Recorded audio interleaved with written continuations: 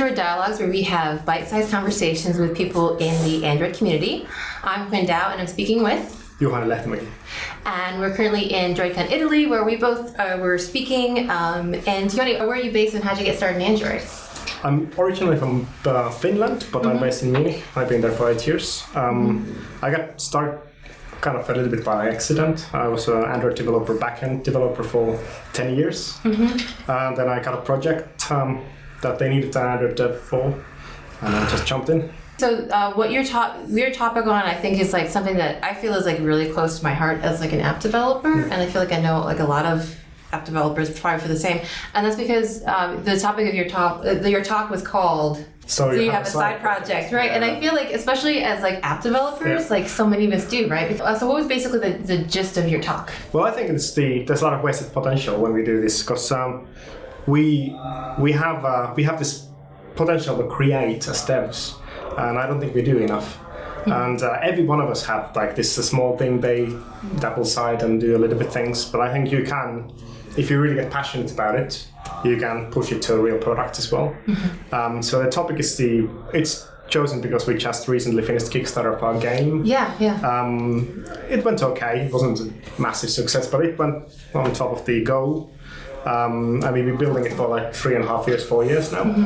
And we wanted to create this kind of a new type of gaming experience where we combine tablets with the traditional miniature gaming.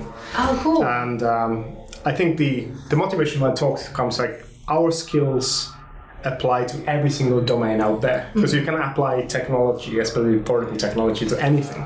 So we apply tablets. It actually doesn't run on phone at all, so we actually apply tablets to this old 200-year field of miniature gaming. And we're able to do things that don't work otherwise, like hidden things and so on that you can't be doing on pen and paper. So that's where that's the idea of the talk, is like every one of us has potential to create something that nobody does. If you just find a hobby or find a place or do something that you kind of have domain understanding, you can apply your programming to that domain and do whatever. Right? I feel like a lot of times, like I have an idea and I'm not really sure if it's a good idea. Do you have like any tips on like when to know like it's something that you should go for, or just maybe like? I think you should always go for it. You should always go for it. Okay. But the thing is that don't invest too much. It's like be tested. So that's one of the part of my talk was to how did we do it, and of course that's only one way to do it. It's not the only way to do it. But we just got this. Firstly, it's not my only. We work as a team, as a group of friends, and I think that's first thing you do is don't do it alone. If you can, get other people, because otherwise you're locked into one point of view.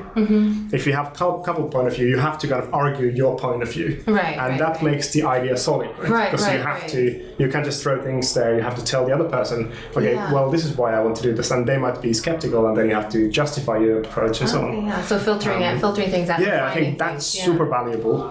Of course, a lot of people do things alone, and it's fine, okay? But when you want to go the next step, find somebody who wants to talk about it. And we had this process. So we did week's iteration. Every week we had a Thursday. We play the game, no matter what state it is. And one day at that week we went to a bar and discussed the ideas.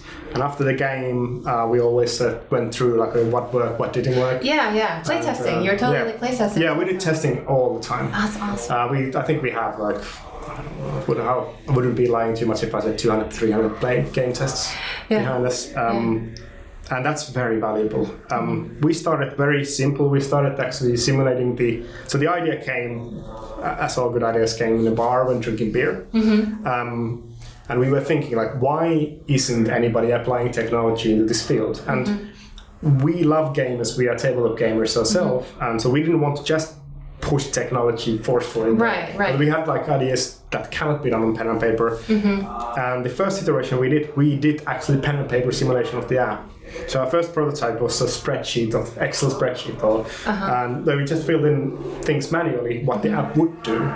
And from that we elaborated, okay, it will work. If we imagine that we take the paper off and the tablet does all of this automatically, will it be fun? And that's where it came from and evolved. And we did this super fast iterations of prototyping on Android. We then built a a very like a simple, no design applied prototype, and we played like every week. Yeah.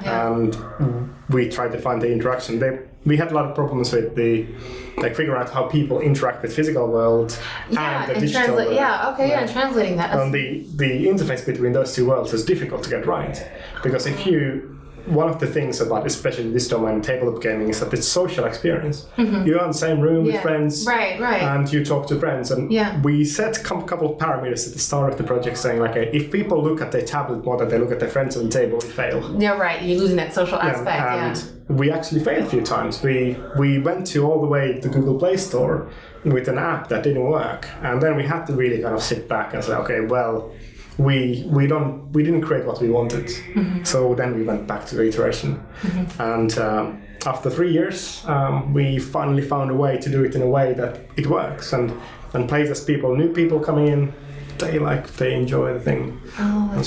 So that's a long story. No, that was fantastic. So it seems like there's like this misnomer with side projects. I know I've had it that makes me kind of skip like steps that I would actually do in my real life, like iterating, doing user testing. But obviously, from your experience, it's vastly important. Yeah, I think if you make the users as fun, it should be part of the fun of the creation. Like whatever you're doing as a game, of course, it's easy because gaming should be fun. But it doesn't matter what your project is, and don't do it. If you do it in work, you do it very formally. But in your side project, that has to be more formal. You just go to a bar and drop it to somebody, and it's like, I order pizza with my app or whatever. I don't know what it is. And it's part of the fun and the creation project. That's something that I would like us to kind of understand as developers, is that I think we are creative people. I think a lot of companies, especially because the design agencies, they cut people in groups, which is creatives and devs. Yes. And I dislike the separation. Yes. It's like, I can't draw. I know I can draw. I'm very bad designing anything, but that doesn't mean I'm not creative. I create with code. And I think that's probably the reason that most devs actually have side projects. It's like, I want to get creativity out there. And it doesn't matter if it looks bad. It's okay. And so what we did in our approach is that we first get into the core working, and it looked bad. We knew it looked bad. It doesn't have to look good when you do it with friends. But then when we want to work towards Kickstarter, we hired a designer to do it. Because then we okay, let's take a step from now we are at our limits on our skills. And we're fairly certain that what we've done will work, but it looks bad. So let's make it look nice, and let's go to Kickstarter. I actually feel like I really inspired by like because I'm one of those people who has side projects, and I get discouraged by things like that. I don't know if it's going to work. I don't know if it's a bad idea. I know it looks bad. This is never going to go anywhere. But I think, like you said, just kind of applying some of the things I do in my actual job and making it fun just kind of keeps the drive to do that. So that's so awesome. Thank you so much. And I hope everyone out there is going to get so excited to continue to work and strive to the side projects. Really awesome. Thank you so much. Thanks, no worries. Where can people find you on the internet? I'm quite active on Google Plus when it comes to Android stuff. I used to write a blog called androiduipatterns.com. I tried to get back to it, but there's still some articles about that.